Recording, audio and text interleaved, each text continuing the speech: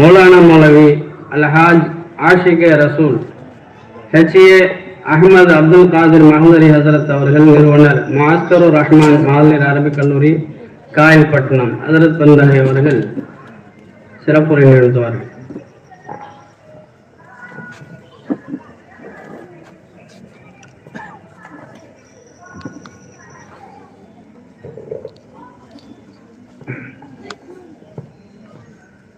அஸ்ஸலாமு அலைக்கும் வரஹ்மத்துல்லாஹி வபரகாத்துஹு. ஹம்தன் லிமன் خلقல் இன்சான் வஅல்லமஹுல் பயான். வஸ்ஸலாத்து வஸ்ஸலாமு அலா ரசூலில்லாஹ் வஅலா ஆலிஹி ஹிஸ்பில்லாஹ் வஅஸ்ஹாபிஹி ஜுந்தில்லாஹ் வபஅத்.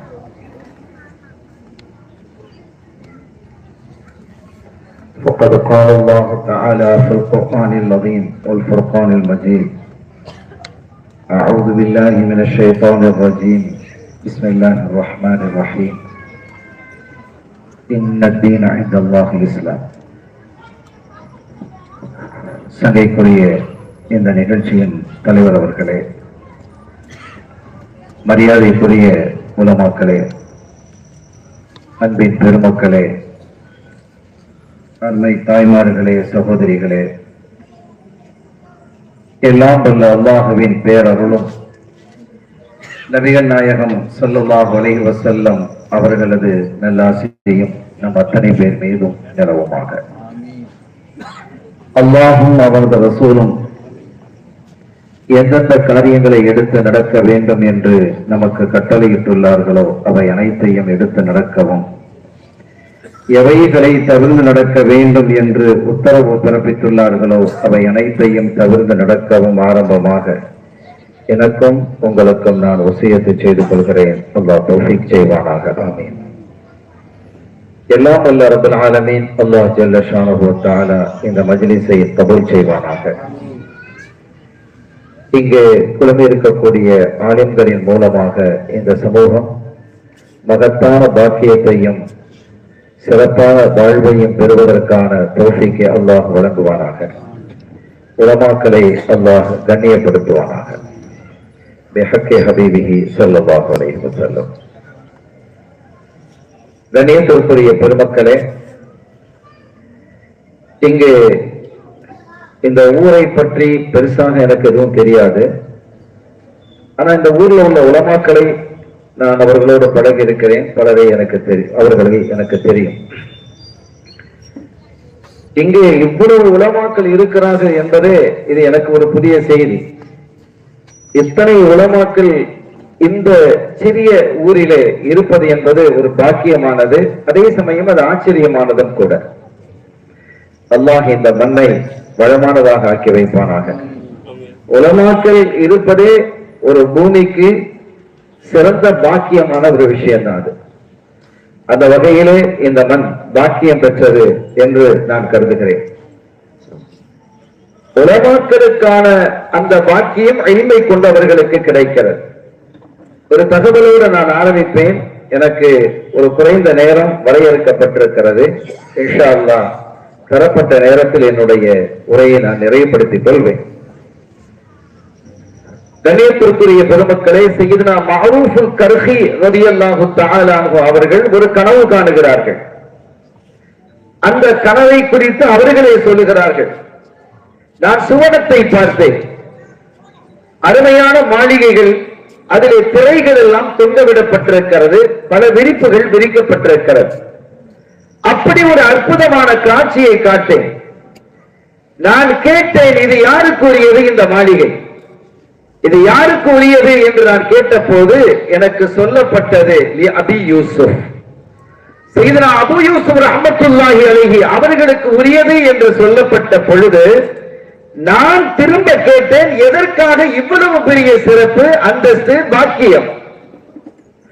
அதற்கு எனக்கு பதில் சொல்லப்பட்டது, லிதஅலீமிஹி الناس وصبره على அதாஹும். அவர்கள் மக்களுக்கு கற்றுக் கொடுத்ததின் காரணத்தினாலும் மக்கள் அவர்களுக்கு நோவினை செய்த பொழுது, சங்கடம் தந்த பொழுது, சங்கடத்தை ஊறுவித்த பொழுது அவர்கள் பொறுமை காத்ததற்காகவும், இங்கே ஒரு செய்தியை உலமாக்களுக்கு இந்த தகவல் தருகிறது. நாம் மக்களுக்கு கற்றுக் கொடுக்கும் பொழுது மகத்தான பாக்கியம் ஆகிரத்திலே நமக்கு இருக்கிறது. அதே சமயம் அதே மக்கள் நமக்கு சில சமயம் அல்லது பல சமயம் சங்கடங்களையும் தங்கடங்களையும் நமக்கு தருவார்கள்.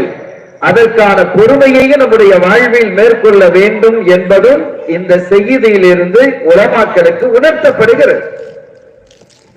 ஆகவே இந்த கல்வி இருக்கிறதே ஒரு அற்புதமானது. கல்வியை பெற்றவர்கள் குறித்து அல்லாஹ் பேசுவான், பல உதாரணங்களை சொல்லுவான். அவர்கள் உயிரானவர்கள் போன்று, கல்வி அறிவு அற்றவர்களினுடைய நிலை மரணித்தவர்கள் போன்று என்றெல்லாம் குறிப்பிடும் குர்ஆன். எனவே இத்தகைய சிறப்பும் அந்தஸ்தும் மிக்க மகத்தான இந்த ஞானத்தை, இந்த கல்வியை பெற்றவர்களுக்கான பாக்கியம் அது அளவிட முடியாதது. அதற்கான கூலியை உலமாக்கள் ஆகிரத்தில் வல்லவனாம் அல்லாஹ்விடம் எதிர்பார்க்க வேண்டும். எனக்கு முன்னால் தலைவர் அவர்கள் சொன்னது போன்று இந்த நிகழ்வின், இந்த அமர்வின் தலைவர் அவர்கள் சொன்ன அந்த வார்த்தைகள் எல்லாம் எவ்வளவு அழகானது. அது ரெண்டு விஷயத்தை குறிப்பிடுகிறது என்பதை அவர்கள் சூசகமாகவும் சொன்னார்கள். ஒன்று, நீங்கள் உலமாக்களை கண்ணியப்படுத்த வேண்டும். இன்னொன்று, அந்த கண்ணியத்திற்கு தகுதியான அளவிற்கு உலமாக்கள் நடந்து கொள்ளவும் வேண்டும். இந்த இரண்டும் இருக்கிறது. அப்படி நடக்கும் பொழுதுதான் அதற்கான கற்ற கல்வியினுடைய அடிப்படையிலே நடக்கும் பொழுது ஒரு மனிதனுக்கு அல்லாஹ்வின் புறத்தில் இருந்து மகத்தான பாக்கியம் மழை என பொழியும். எனவே உலமாக்கள் அந்த விஷயத்தில் கண்ணும் கருத்துமாக இருக்க வேண்டும். கற்ற கல்வி அவர்களுக்கு பயன் தர வேண்டும். அதனால் தான் கண்மணி முஹம்மது ரசூலுல்லாஹி ஸல்லல்லாஹு அலைஹி வஸல்லம் அவர்கள் குறிப்பிடும் பொழுது பயனற்ற இல்மை விட்டும் நான் பாதுகாப்பு தேடுகிறேன் என்கிறார்கள். பல இடங்களில் இல்மை கேட்ட அவர்கள், அல்லாஹ்வும் குர்ஆன்ல இந்த ஒன்னதான் அதிகமாக கேளுங்கிறார். ரப்பி ஜித்னி இல்மா, எனக்கு அதிகப்படுத்து இறைவா, இல்மை அதிகப்படுத்து என்று அல்லாஹ் கேட்க சொல்றான். எனவே அந்த இல்மு எப்படி இருக்க வேண்டும்? நாஃபியான இல்மாக இருக்க வேண்டும். அது அவருக்கே பயன் தரணும். முதல்ல தனக்கு பயனளிக்கக்கூடிய இல்மாக அது இருக்க வேண்டும் என்பதை இந்த செய்தி சொல்லி காட்டுகிறது. நான் மூத்த உலமாக்களை பேசவில்லை, இளம் உலமாக்கள் இங்கே இருக்கிறார்கள். இந்த சமூகத்திற்கு தொண்டாற்றுவதற்காக தங்களை ஆயத்தப்படுத்திக் கொண்டிருக்கிறார்கள். எனவே அவர்கள் இஸ்திகாமத், அந்த உறுதிப்பாட்டில் அவர்கள் இருக்க வேண்டும். எத்தகைய ஒரு சூழல் வந்தாலும் சத்தியத்தை விட்டுக் கொடுக்க கூடாது, அதே சமயம் சரிந்து போகவும் கூடாது என்பதில் அவர்கள் திண்ணமாக இருக்கிறார். ஒரு செய்தி நான் இங்க சொல்றேன். இப்னு சீரீன் ரஹ்மத்துல்லாஹி அலைஹி கனவுக்கு விளக்கம் சொல்வதில் நபிமார்களுக்கு அடுத்தபடியாக அல்லது சஹாபிகளுக்கும் அடுத்தபடியாக மிக உயர்ந்த அந்தஸ்தை, ஞானத்தை பெற்றவர்கள் இப்னு சீரீன் ரஹ்மத்துல்லாஹி அலைஹி அவர்கள். தாபியாக இருந்தவன். ஏறக்குறைய 30 சஹாபிகளிடத்திலே கல்வி கற்றதாக ஒரு தகவல் இருக்கிறது. இவ்வளவு பெரிய ஞானம் அவர்களுக்கு எப்படி கிடைத்தது என்பதை குறித்த ஒரு வரலாற்றை நான் படித்த போது அவர்கள் எப்படி தங்களை பாதுகாத்துக் கொண்டிருக்கிறார்கள் என்ற தகவல் அங்கே நமக்கு கிடைக்கிறது. அவங்க ஒரு எண்ணெய் வியாபாரி, அவங்க ஒரு பிசினஸ்மேன், ஒரு எண்ணெய் வியாபாரியாக இருந்தாங்க, ஆயில். ஒரு சமயம் ஒரு பெண் அந்த எண்ணெய் வாங்குறதுக்காக அங்க வர்றாங்க. அப்படி வந்த பொழுது எண்ணெயை வாங்கிவிட்டு இப்னு சீரீன் ரஹ்மத்துல்லாஹி அலைஹி அவர்களை பார்த்து, கையில காசு இல்ல, தயவு கூர்ந்து என் வீட்டுல வந்து வாங்கிக்கங்க அப்படின்னு என்ன செய்யறாங்க, சொல்றாங்க. சரி என்று அவங்களுடைய வீட்டுக்கு இவங்க போறாங்க. வந்துட்டீங்க, உள்ள வாங்கின மரியாதை நிமித்தமாக உள்ளே அழைத்த போது அவங்களும் உள்ள போனாங்க, கதவை தாளிட்டாங்க. அந்த பெண்ணினுடைய நோக்கு என்ன என்பது இப்போது எல்லாருக்கும் புரியும். இப்னு சீரீன் ரஹ்மத்துல்லாஹி அலைஹி அவர்கள் உள்ளே வந்த போது கதவை தாளிட்டு விட்டார்கள். கதவை தாளிட்ட போது அவர்களுக்கு புரிகிறது, சதி திட்டத்திலே இந்த பெண் இறங்கி இருக்கிறாள் என்பதை புரிந்து கொள்கிறார்கள். அந்த பெண் வாய் திறக்கிறாள், என்னுடைய இச்சைக்கு நீங்கள் இணங்க வேண்டும், அப்படி இல்லை என்றால் நீங்கள் என்னை தவறாக பயன்படுத்துவதற்காக முனைந்தீர்கள் என்று நான் கூப்பாடு போடுவேன். உலகம் அதைத்தான் நம்பும். அதுதானே நம்பும். இப்னு சீரின் ரஹ்மத்துல்லாஹி அலைஹி சொன்னா கேட்டுக்கிடுவாங்களா? பெரும்பாலும் நிறைய விஷயங்கள் இப்படி நடக்கிறது. பல சமயங்களில் நிரபராதிகள் பாதிக்கப்படுவது உண்டு. அத்தகைய ஒரு சூழல் உங்களுக்கு உருவாகிவிடும் என்ற அந்த சூழ்நிலையை உணர்ந்து கொண்ட இப்னு சீரின் ரஹ்மத்துல்லாஹி அலைஹி அவங்க சூழ்நிலை கைதியாக நாம் மாறி இருக்கிறோம் என்பதை புரிந்து கொண்ட அவர்கள் சமயோசிதமாக ஒன்றை சொன்னார்கள். பிரச்சனை இல்ல, உன்னுடைய ஆசைக்கு நான் இணங்கணும், அப்படித்தானே? ஆமா, அது ஒரு மேட்டர் இல்ல. ஆனா இப்ப நான் பாத்ரூம் போகணும், டாய்லெட் போகணும், நான் டாய்லெட் போக வேண்டிய நிலையில நான் இருக்கிறேன். நான் அதை அடக்கிக்கிட்டு இருக்க முடியாது, அதை அடக்கி கொண்டு சுதந்திரவும் முடியாது என்பது போன்று பேசிய போது பரவாயில்லை, அதற்கான பாத்ரூம் டாய்லெட்டுக்கு நீங்க போயிட்டு வாங்க, அந்த பெண் அனுமதிக்கிறான். போனாங்க, போய் பாத்ரூமுக்கு போயிட்டு வெளியில வர்றாங்க. வரும் பொழுது உடல் முழுவதும் மலத்தை பூசிக்கொண்டு வந்தார்கள். உச்சியிலிருந்து உள்ளம் கால் வரை மலத்தை பூசிக்கொண்டு வெளியில வர்றாங்க. இதை பார்த்தால் யாராவது நெருங்க முடியுமா? துர்வாடை வீசுகிறது, கதவை திறந்து விடுகிறார்கள், வெளியில வந்து விட்டார்கள். அன்று இரவு சையதுனா யூசுப் அலைஹிஸ்ஸலாம் அவர்கள் வருகை தந்து அங்க லிங்க் ஆகுது. ஏற்கனவே அந்த வரலாறு நமக்கு தெரியும். யூசுப் அலைஹிஸ்ஸலாம் அவர்களுடைய வரலாறு நமக்கு புரியும். குர்ஆன் மிக அற்புதமாக விரித்து பேசும். அந்த வரலாறு நமக்கு ஞாபகத்துக்கு வருகிறது. யூசுப் அலைஹிஸ்ஸலாம் அவர்களுடைய கனவிலே வந்து உங்களுக்கு கனவு கிடைக்கிறார் சொல்லி சென்றார்கள். இந்த செய்தியை நான் சொல்லுவதற்கான காரணம், அறிஞர்கள் தாங்கள் கற்ற கல்வியின் பால் உறுதியாக நிற்க வேண்டும் என்பதற்காக. அந்த அடிப்படையிலே நிற்கும் பொழுது அல்லாஹ்வின் புறத்திலிருந்து உதவி எப்படி வருகிறது என்று அவர்களால் நினைத்து பார்க்க முடியாது. ஆச்சரியமான உதவிகள் அவர்களுக்கு வந்து சேரும். நம்முடைய கடந்த காலத்திலே இமாம்கள் வாழ்ந்த அந்த வாழ்க்கையை நீங்கள் பாருங்கள். கல்வியினுடைய தேட்டம், தாகம் எப்படி இருந்தது? இந்த மதரசாக்களை அவர்கள் எப்படி மொய்த்துக் கொண்டிருந்தார்கள்?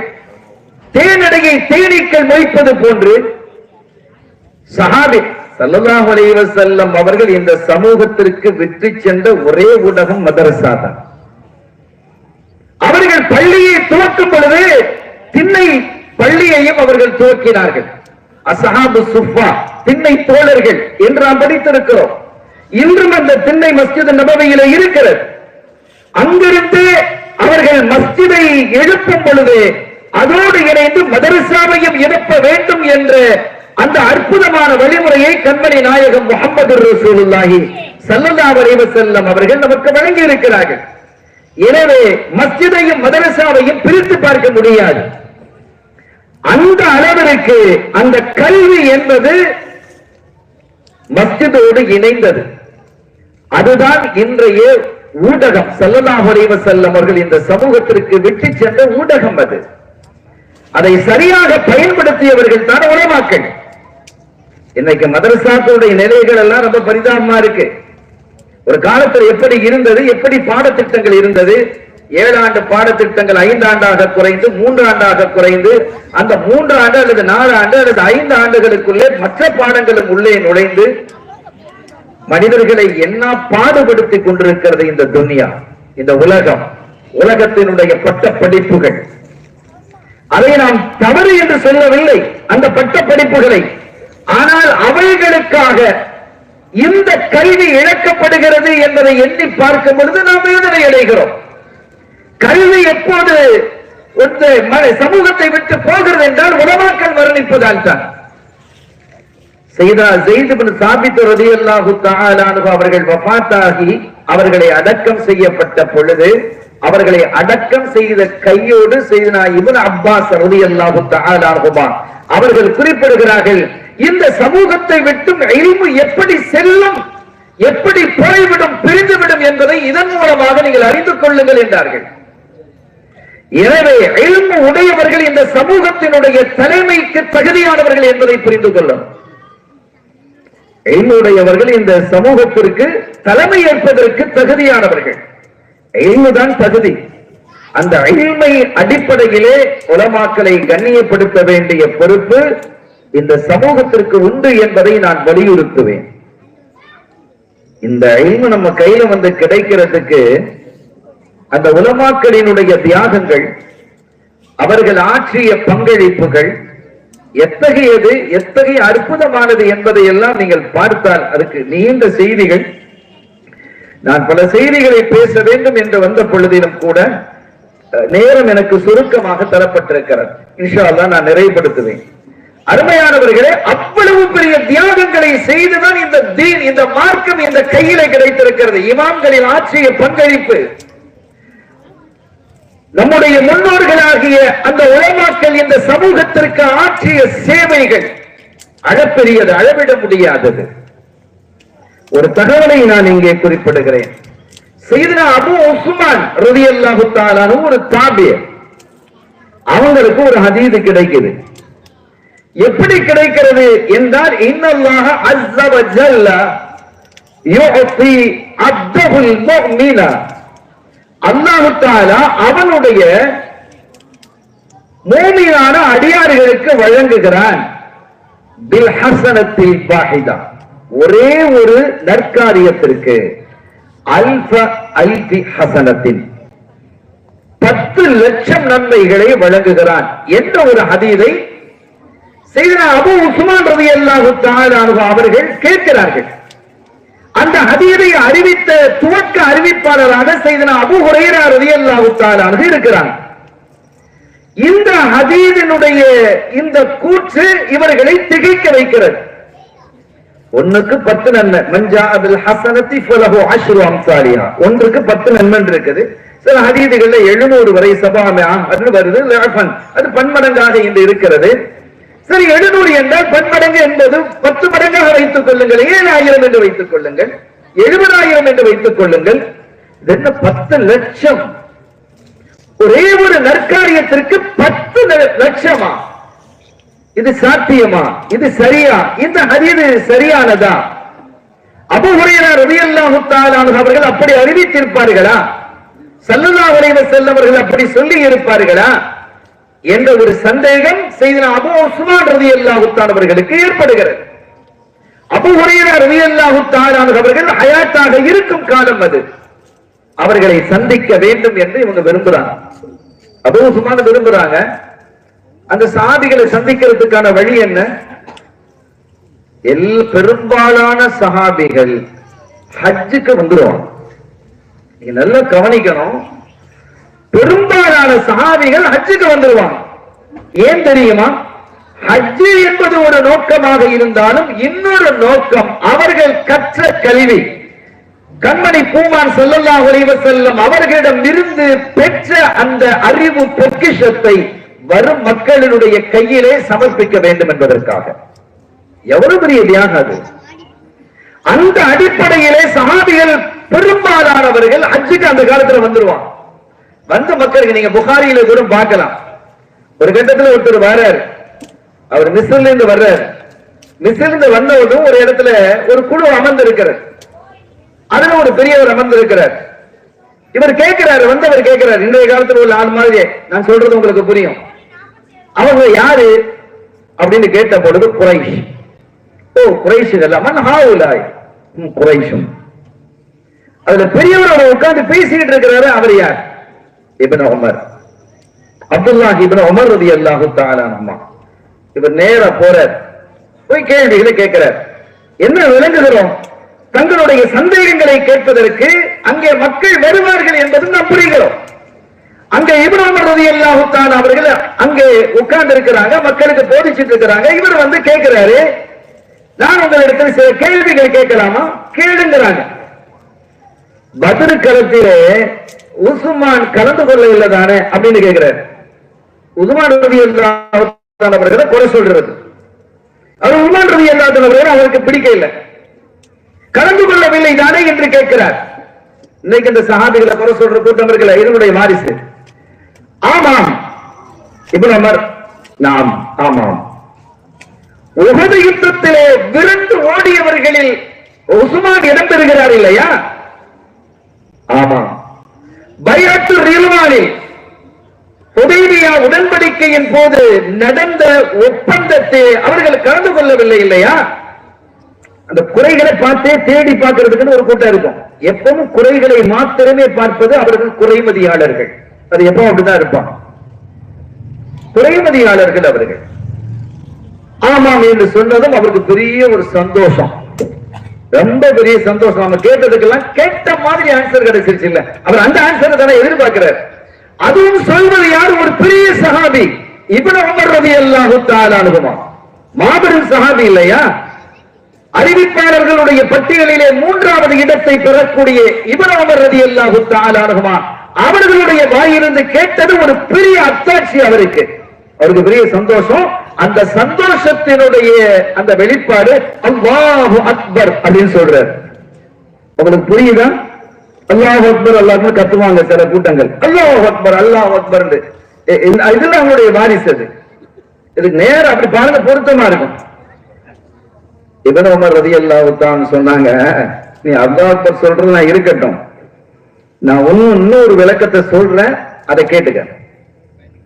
பத்ர் யுத்தத்துல உமர் ரலியல்லாஹு உஸ்மான் ரலியல்லாஹு கலந்துக்கிற இல்லைன்னு சொன்னேன். ஆனால் அவர்களுடைய துணைவியார் ஸல்லல்லாஹு அலைஹி வஸல்லம் மகனார் சுகம் இல்லாமல் நோய்வாய்ப்பட்டு இருந்த பொழுது அவங்களை பார்த்துக்கங்க என்று ரசூல் ஸல்லல்லாஹு அலைஹி வஸல்லம் அவங்க விட்டுட்டு வந்தாங்க. ஸல்லல்லாஹு அலைஹி வஸல்லம் உடைய கட்டளையின் பிரகாரம் பத்ர் யுத்தத்துக்கு அவங்க கலந்து கொள்ளக்கூடிய தேடல் அந்த அளவிற்கு இருந்தது. அறிஞர்களுக்கு மத்தியில், இமாம்களுக்கு மத்தியில். அபூ உஸ்மான் அவர்கள் இப்ப நான் செய்தியை விட்ட இடத்திற்கு வருகிறேன். அவங்க யோசிக்கிறாங்க, இப்படி ரசூல் சொல்லி இருப்பார்களா? ஒரே ஒரு நற்காரியத்திற்காக 10 லட்சம் நன்மைகள் என்பது பில் ஹஸனத்தில் வாஹிதா, இது சாத்தியமானதா? இப்படி அபூ ஹுரைரா அறிவிச்சிருப்பாங்களா என்று கருதி அவர்கள் அந்த வருஷம் நான் ஹஜ்ஜுக்கு போகணும்னு தீர்மானிச்சேன். ஏன் தெரியுமா?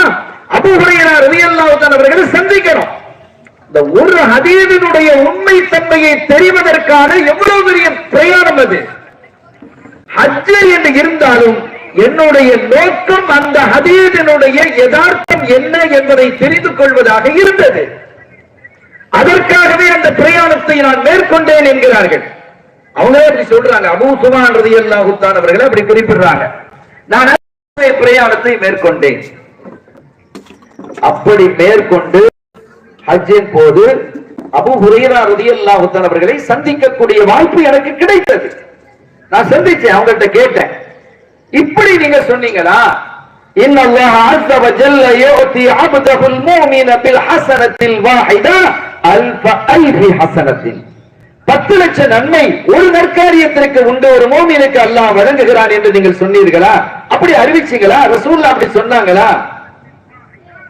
அபூ ஹுரைரா ரலியல்லாஹு சொன்னாங்க, நான் அப்படி சொல்லல, நான் அப்படி சொல்லல. அப்படின்றதும் நாம நினைச்சது சரியாயிடுச்சு. அபூ உஸ்மான் நினைக்கிறாங்க, நாம நினைச்சது சரி, இப்படி சொல்லி இருக்கிற வாய்ப்பே இல்லை. ஒரு நற்காரியத்திற்கு 10, 50, 100, 1000, லட்சம், இது என்ன 10 லட்சம் அப்படின்னு அவங்க நினைத்தார்கள் இல்லையா? நான் நினைத்தது சரி என்று அவர்கள் என்ன செய்யறாங்க, கருதுறாங்க.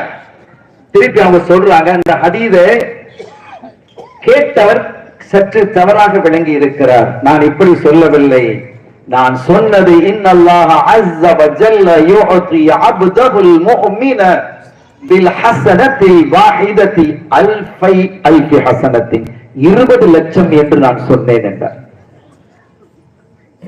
நாடி நரம்பெல்லாம் ஒடுங்கி போயிடுச்சு அபூ உஸ்மான் ரலியல்லாஹு அவர்களுக்கு. நம்ம 10 லட்சமே பெருசுன்னு வந்தோம், அப்படி சொல்லலாம் பாத்தீங்களா, நம்ம நினைச்சது சரி என்று இவர்கள் கருதுகிறார்கள். ஆனால் அவர்கள் திருப்பி நான் சொன்னது எப்படி தெரியுமா? கண்மணி நாயகம் ஸல்லல்லாஹு அலைஹி வஸல்லம் அவர்கள் அறிவித்தது எப்படி தெரியுமா?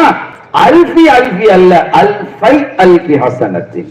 ஒரு யாக விட்டு போயிருக்கு, அவ்வளவுதான். ஒரு யா விட்டு போனா 10 லட்சம் போயிடுது. கண்ணியத்திற்குரிய பெருமக்களே, சொல்ல வந்த தகவல் ஒரு ஹதீஸினுடைய யதார்த்தம் எத்தகையது என்பதை தெரிந்து கொள்வதற்காக இந்த இமாம்கள், இந்த தாபிஈகள், இந்த சாலிஹீன்கள், இந்த உலமாக்கள் எவ்வளவு பெரிய பயணத்தை மேற்கொண்டிருக்கிறார். எவ்வளவு பெரிய பயணம் அது. அப்படி பயணப்பட்டு, அப்படி சிரமப்பட்டு நம்முடைய கையிலே கிடைத்திருக்கக்கூடிய மகத்தான இல்மு தான் இது. எவ்வளவு பெரிய அற்புதமான இல்மு, எவ்வளவு பெரிய பாக்கியமானது. உலமாக்களினுடைய வரலாறுகளை படிக்கிறோம். இமாம் புகாரி ரஹ்மத்துல்லாஹி அலைஹி அவர்கள் புறப்படுகிறார்கள். ஒரு தகவல் அவர்களுக்கு கிடைக்கிறது, இந்த இடத்திலே ஒரு மனிதர் ஹதீஸை அறிவிக்கிறார், ஒரு ராவி இருக்கிறார். அந்த இடத்திற்கு பல 100 கிலோமீட்டர் பயணம் செய்து அந்த இடத்திற்கு வருகிறார்கள். அங்கே வந்து பார்த்த பொழுது அந்த ஹதீஸை அறிவிக்கக்கூடிய அறிவிப்பாளர் இவர்தான் என்று அவர்களுக்கு சொல்லப்படுகிறது. அவர்களை நோக்கி செல்கிறார்கள். அவர்கள் கையிலே ஒரு பை இருக்கிறது. அந்த பை வெறும் பை, அதுல எதுவும் இல்லை. அவர்கள் தன்னுடைய குதிரையை இப்படி காட்டிட்டு இருக்கிறாங்க. குதிரை ஓடிடுச்சு. ஓடினா நம்ம என்ன செய்வோம், ஏதாவது இலத்தலைகளை எடுத்து காட்டுவோமா இல்லையா? அதை சாப்பிடறதுக்கு வரும்போது ஆடு மாடு வரும்போது இந்த கோழியை விட்டு பிடிக்கிறோம். நம்ம வீட்டு கோழி தான், அது அங்க போயிடுச்சு, கூப்பிட்டா வரல, ஓடுது. ஏதாவது உணவை காட்டுவோம் பா பா அப்படின்னு உணவை காட்டும் போது அது ஓடி வருமா இல்லையா, அந்த உணவை சாப்பிடுறதுக்கு. அத மாதிரி இந்த குதிரையை பிடிப்பதற்காக இந்த வெறுப்பையை காட்டிய போது இமாம் புகாரி ரஹ்மத்துல்லாஹி அலைஹி அவர்கள் இந்த வாயில்லா ஜீவனை, இந்த ஒரு மிருகத்தை கூடியவர், இது ஒரு பெரிய பாவமா? இது எல்லாம் நடைமுறையில் இருக்கக்கூடிய இது ஒரு பெரிய விஷயமா? இது இல்லை. ஆனால் அவர்கள் இத்தகைய ஒரு நபரிடம் இருந்து நான் ஹதீஸை பெற மாட்டேன் என்று திரும்பிட்டான். இன்னைக்கு புகாரியில என்ன பேச்சுக்கள், யாரு பேசுறது, யாரு பேசுறது, ஹதீதுன்னா என்ன என்று அறியாத தெரியாத, ஹதீதினுடைய வசனங்களை வார்த்தைகளை வாசிக்க முடியாத அவங்க பேசுறாங்க. பள்ளிக்கூட பசங்கள், காலேஜ் பிள்ளைகள் எப்படி ஒரு சமுதாயத்தை இந்த தங்களுடைய இல்மு தங்களுக்கே பயனளிக்காத உலமாக்கள் உருவாக்கி இருக்கிறார்கள். ஒரு சமூகத்தை எப்படி உருவாக்கி இருக்கிறார்கள். இது ஒரு அச்சத்திற்கான ஒரு விஷயம். இது அப்படி நீங்கள் உருவாக்கினால் நீங்கள் உருவாக்கிய சமுதாயம் உங்களை தூக்கி ஒரு காலத்தில் வீசும் என்பதற்கும் அது அடையாளம். நடந்ததா இல்லையா? நடந்து கொண்டிருக்கிறதா இல்லையா? நாம் சரியாக இல்லாத பட்சத்தில், நாம் கற்ற கல்விக்கு தகுதி உடையவனாக நாம் இல்லாமல் மாறும் பொழுது நிச்சயமாக இந்த கல்வி நம்மை புறக்கணித்து விடும். அது மக்களை விட்டும் தூரப்படுத்தி விடும். நாம் யார் என்பதை அடையாளம் காட்டிவிடும் என்பதை நான் இந்த நேரத்தில் எனக்குமாக சேர்த்து நான் எச்சரிக்கிறேன். சங்கைக்குரிய பெருமக்களே, ஒரு அற்புதமான விழா. எனக்கான நேரம், வரையறுக்கப்பட்ட நேரம் நிறைவுறுகிறது. ஒரு அழகான விழா. உலமாக்களை கண்ணியப்படுத்துவது என்பது தார்மீக கடமை. அதை இந்த ஊர் மக்கள் சரியான முறையிலே நீங்கள் செய்ய வேண்டும். அவர்களின் மூலமாக என்ன விஷயங்களை பெற முடியுமோ, என்ன எளிமை பெற முடியுமோ அதை சரியா பெற்றுணும். தகவலை அவங்ககிட்ட இருந்து நாம வாங்கிக்கிடணும். அதுதான் நம்முடைய பிள்ளைகளுக்கு வாழையடி வாழையாக கொடுக்கக்கூடிய அழியா செல்வம் அது. எனவே அந்த எளிமை பெறுவதற்கான சரியான முயற்சியில் பொதுமக்கள் இறங்கணும், அவர்களை கண்ணியப்படுத்த வேண்டும் என்றும் நான் இந்த நல்ல நேரத்தில் நான் கேட்டுக்கொள்கிறேன். ஏன்னா இல்முங்கிறது ஒரு யாராலும் திருட முடியாத ஒரு செல்வம். அது வளர்ந்து கொண்டே இருக்கும். அதனுடைய அந்த இல்மு உடையவர்களை அல்லாஹ் நேசிக்கிறார். அறிந்து தொழக்கூடிய அவருடைய தொழுகை அறியாமல் தொழக்கூடியவர்களுடைய தொழுகை விட பிரகாசமானது, பன்மடங்கு உயர்ந்தது என்றெல்லாம் ரகாத்தல் ஆலிமி என்ற ஹதீதின் வழியிலே ஸல்லல்லாஹு அலைஹி வஸல்லம் அவர்கள் உலமாக்களினுடைய குறைந்த வணக்கமும் கூட மிக உன்னதமானது என்கிறார்கள். எனவே உலமாக்களை கண்ணியப்படுத்துவது இந்த சமூகத்தின் மீது தார்மீக கடமையானது என்பதையும் கூறிக்கொண்டு, உலமாக்கள் இந்த சமூகத்தை வழிநடத்த வந்த தளபதிகள், அவர்களுக்கான தகுதியை சரியான முறையில், சங்கையான முறையில் பயன்படுத்திக் கொள்ள வேண்டும். அந்த தகுதி இழப்பு என்பது எந்த காலத்திலும் நடந்து விடாமல் தங்களை அவர்கள் பாதுகாத்துக் கொள்ள வேண்டும்.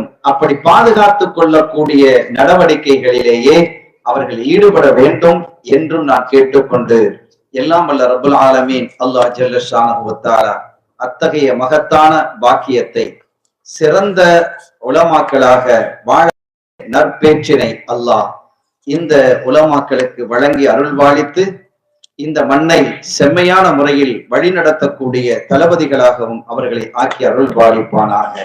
இந்த மஜ்லிஸை கபூல் செய்வானாக. பிஹக்கி ஹபீபிஹி ஸல்லல்லாஹு அலைஹி வஸல்லம். எல்லாம் வல்ல அல்லாஹ்வின் அருளையும் ஸல்லல்லாஹு அலைஹி வஸல்லம் அவர்களது ஷஃபாஅத்தையும் பெறுவோமாக.